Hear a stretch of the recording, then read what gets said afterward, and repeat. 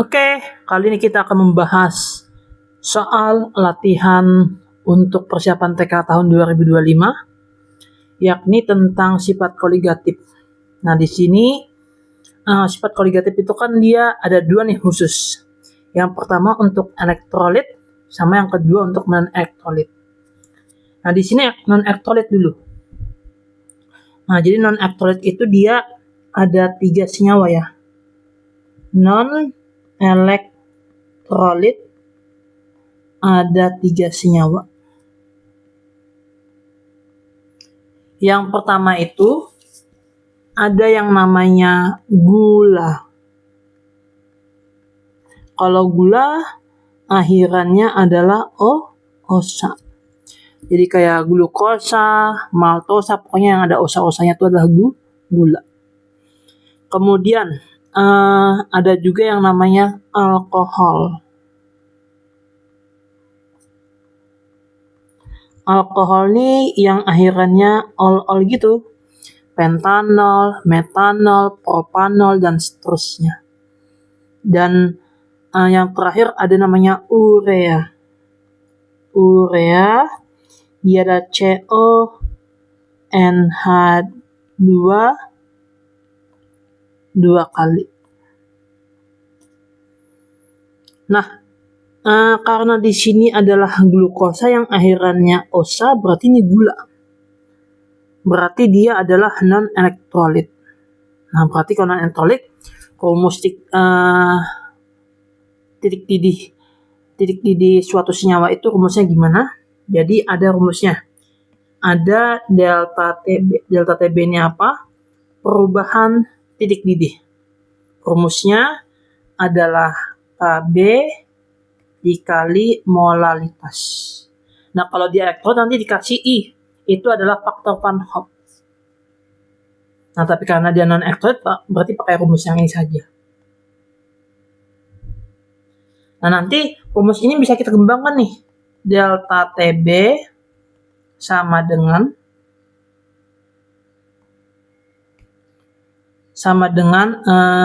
Kb. Nah, molalitas itu rumusnya adalah Gr per mR dikali 1000 dibagi pelarut dalam satuan gram. Nah, di sini kalau kita lihat nih, apa aja sih yang diketahui di atas ini kan ya? Yang diketahui yang di atas ini, pertama itu ada massa glukosanya. Glukosa. Yaitu 450 gram. Ada mR glukosa. Yaitu 180 ya. Ada massa air. Nah, massa air yaitu 500 gram. Ada Kb. Kb-nya itu adalah 0,52 derajat Celcius per molal. Nah, kalau kita lihat nih, ada massa air, ada massa glukosa. Nah, massa air ini lebih besar, berarti air ini tentunya sebagai pelarut. Tinggal kita masukkan aja nih. Nah, di sini kalau kita masukkan, Kb-nya kan dia 0,52 dikali Gr. Oke, Gr dari glukosa yaitu adalah 450 dibagi mR-nya 180 dikali 1000 baru dibagi pelarut air yaitu 500. Coret aja nih. 1000 bagi 500 sama dengan 2. 450 bagi 140 sama dengan 2,5. Sehingga nanti hasilnya ini adalah 0,52 warna hitam dulu ya. 0,52 dikali 2,5 kali 2 kan sama dengan 5 ya. Nah, maka hasilnya adalah 2,6. Nah, tapi yang ditanya di sini bukan perubahan titik didihnya. Yang ditanya di sini adalah akan mendidih. Nah, kalau yang ditanya akan mendidih berarti nanti yang ditanya itu apa? Yang ditanya itu adalah TB. TB ini adalah titik didih larutan. Jadi titik didih larutan. Kalau T0, TB0 ini titik didih pelarut. Jangan lupa ya. Jadi kalau TB titik didih larutan, kalau TB0 titik didih pelarut.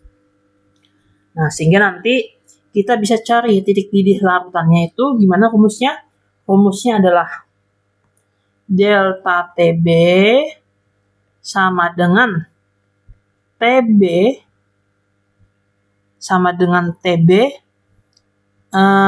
dikurang TB0. Jadi titik didih larutan dikurang titik didih pelarut. Nah, delta TB-nya berapa? Delta TB-nya dapat tadi ya 2,6. 2,6 sama dengan TB-nya. TB-nya yang dicari, titik didih larutannya dikurang TB0. Nah, TB0-nya apa? Titik didih pelarut. Pelarutnya kan air. Berarti kalau titik didih air itu berapa? Pastinya 100 derajat Celcius.